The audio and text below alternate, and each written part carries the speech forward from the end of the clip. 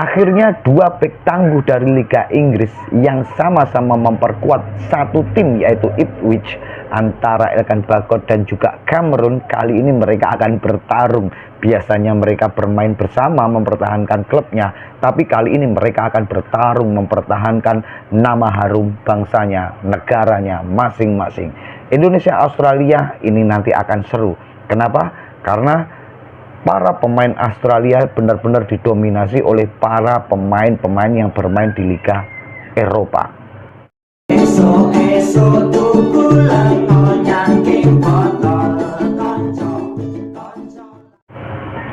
Oke, kembali lagi di sliding tackle-nya Cak Ruri. Kalau kita berbicara pada pertandingan yang akan datang antara Indonesia dan juga Australia, saya kira para pemain tim nasional Indonesia ini sudah mempunyai modal yang cukup kuat.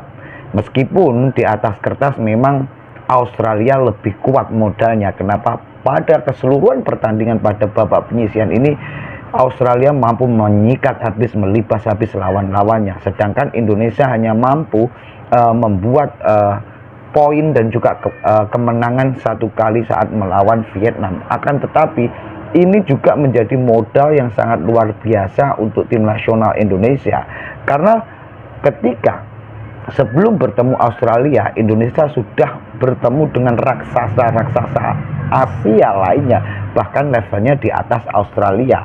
Ada Jepang dan juga Irak, meskipun Irak memang masih di bawah Australia. Akan tetapi ini adalah modal awal yang luar biasa dimiliki oleh para pemain tim nasional Indonesia. Saat melawan Irak, oke, Indonesia memang kalah, yaitu 3-1. Akan tetapi kalau kita melihat permainannya, saya kira Indonesia juga tidak kalah dengan permainan Irak. Kalau kita melihat terjadinya gol, saya kira ada satu gol kontroversi yang memang sampai saat ini ya tetap gol lah, karena itu tadi nggak ada VAR atau yang lain. Kita terlepas dari itu semua, saya kira permainan cantik Indonesia benar-benar luar biasa saat melawan Irak. Kita tahu gol yang diciptakan oleh Marcelino Ferdinand benar-benar gol yang saya kira gol yang paling keren, paling spektakuler di Piala Asia. Berawal dari build up yang luar biasa dengan 11 kali sentuhan yang akhirnya tercipta sebuah gol. Berikutnya saat melawan Jepang, kita tahu Jepang adalah salah satu raksasa Asia nomor satu di Asia. Itu pun Jepang juga sangat kewalahan untuk membobol pertahanan Indonesia yang dikawal oleh Jordi Amat, ada Justin Hubner dan juga Rizky Ridho, karena waktu itu memang nggak tahu, Elkan Bagot memang dipersiapkan sebagai seorang striker. Meskipun di akhir laga memang Elkan Bagot ini benar-benar mempunyai pengaruh untuk mengalihkan perhatian para pemain Jepang, sehingga fokus mereka terfokus pada Elkan Bagot. Akhirnya si Sandy Walsh pun mempunyai ruang yang sangat kosong, akhirnya melesatkan gol dari lemparan luar biasa Pratama Arhan. Kalau kita berbicara progres dari permainan Indonesia, saya kira ini sangat luar biasa, apalagi para pemainnya didominasi oleh anak-anak muda yang mayoritas berada di bawah umur 23. Ini sebuah pencapaian yang luar biasa saya kira untuk Indonesia, pertama kalinya masuk 16 besar Piala Asia dengan skuad termuda pada pagelaran kontestasi Piala Asia kali ini. Banyak media asing yang menyoroti bahwa timnas Indonesia ini nanti akan mempunyai masa depan yang luar biasa, karena di umur segitu mereka sudah mampu bersaing dengan para pemain-pemain senior lainnya. Kita kembali lagi sebelum berbicara tentang Australia, saya akan memberikan sedikit bocoran bahwasanya beberapa media televisi itu benar-benar diuntungkan dengan adanya pertandingan ini, khususnya tim nasional Indonesia. Untuk pertandingan tim nasional Indonesia 3 kali pertandingan melawan Irak, melawan Vietnam dan juga Jepang, hak siar yang sepenuhnya diberikan oleh MNC Group Surya Citra itu benar-benar selalu meningkati pada rating pertama kala itu. Ya pastilah secara tim nasional Indonesia itu netizennya luar biasa. Kalau kita hitung pasang mata para pecinta sepak bola Indonesia itu berapa juta sudah. Kalau ketika tim nasional ini main, pasti rating TV pasti nomor satu. Yang paling saya suka bukan hanya sekedar rating TV, PSSI benar-benar memberikan transparansi terhadap para pecinta sepak bola Indonesia. Mungkin di era sebelum Erick Thohir atau era yang dulu banget, ya kita nggak perlu menyebutkan nama, transparansi ini hampir tidak pernah kita tahu berapa sih kontrak hak siar setiap stasiun televisi ini menayangkan tim nasional Indonesia. Kita hampir nggak pernah tahu, tapi PSSI dengan gamblang istilahnya membuka melalui akun resmi websitenya itu bahwa kontrak untuk stasiun televisi untuk pertandingan tim nasional Indonesia hak siarnya yaitu sebesar 75 miliar.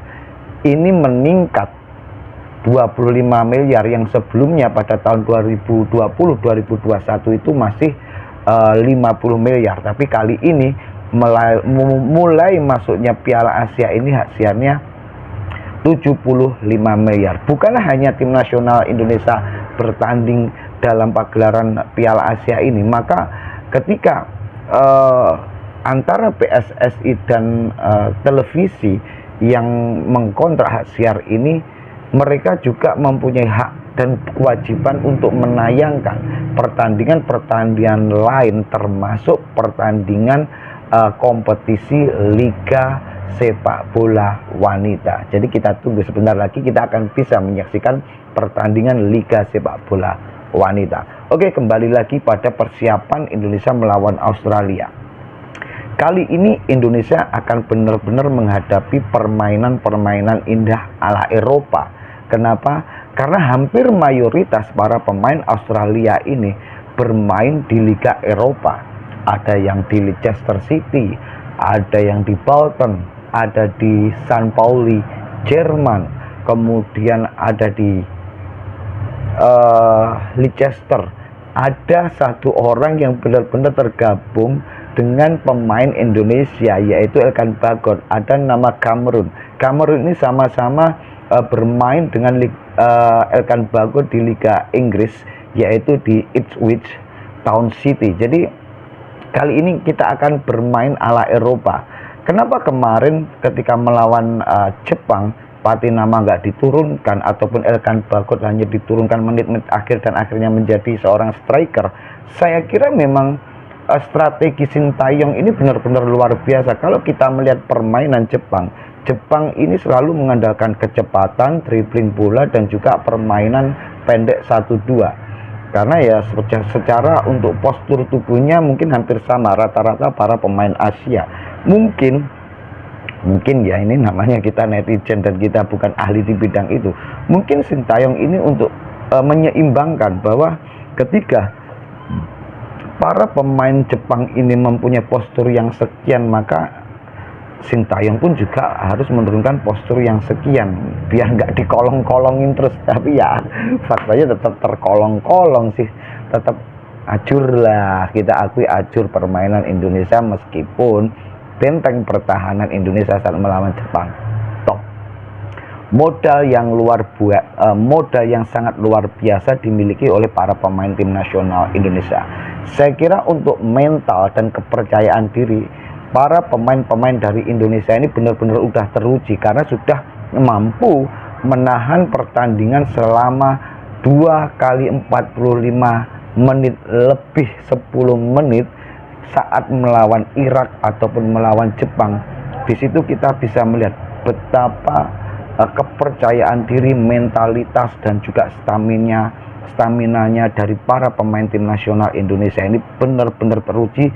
Dan kita lihat bersama, mereka mampu untuk menerapkan strategi Sintayong meskipun sudah memasuki menit-menit krusial. Kenapa saya bicara begitu? Satu, pemain Indonesia sebelum di era Sintayong itu benar-benar kesulitan untuk menciptakan gol di menit 80 ke atas. Kemungkinan pada menit awal atau pertengahan masih mampu karena staminanya konsentrasinya, segalanya masih istilahnya stabil. Tapi ketika memasuki menit 80, kita sering melihat para pemain-pemain Indonesia terdahulu itu sering kedodoran, konsentrasi hilang, stamina menurun. Tapi saat melawan Irak ataupun melawan Jepang kemarin pada menit 90 plus, Indonesia masih mampu membobol gawang Jepang. Itu menunjukkan bahwa stamina, intelijensi, konsentrasi para pemain Indonesia masih bisa diandalkan. Karena lagi-lagi ketika pelatih ini memberikan arahan itu, kalau tidak diimbangi stamina yang prima dan masih stabil, maka strategi yang diberikan itu pasti akan blewer acur. Tapi para pemain Indonesia kemarin membuktikan sampai menit sebelum peluit dibunyikan, stamina ditunjukkan oleh para pemain Indonesia sangat-sangat luar biasa. Oke, salam sehat, salam waras, Indonesia juara, yakin bisa mengalahkan Australia.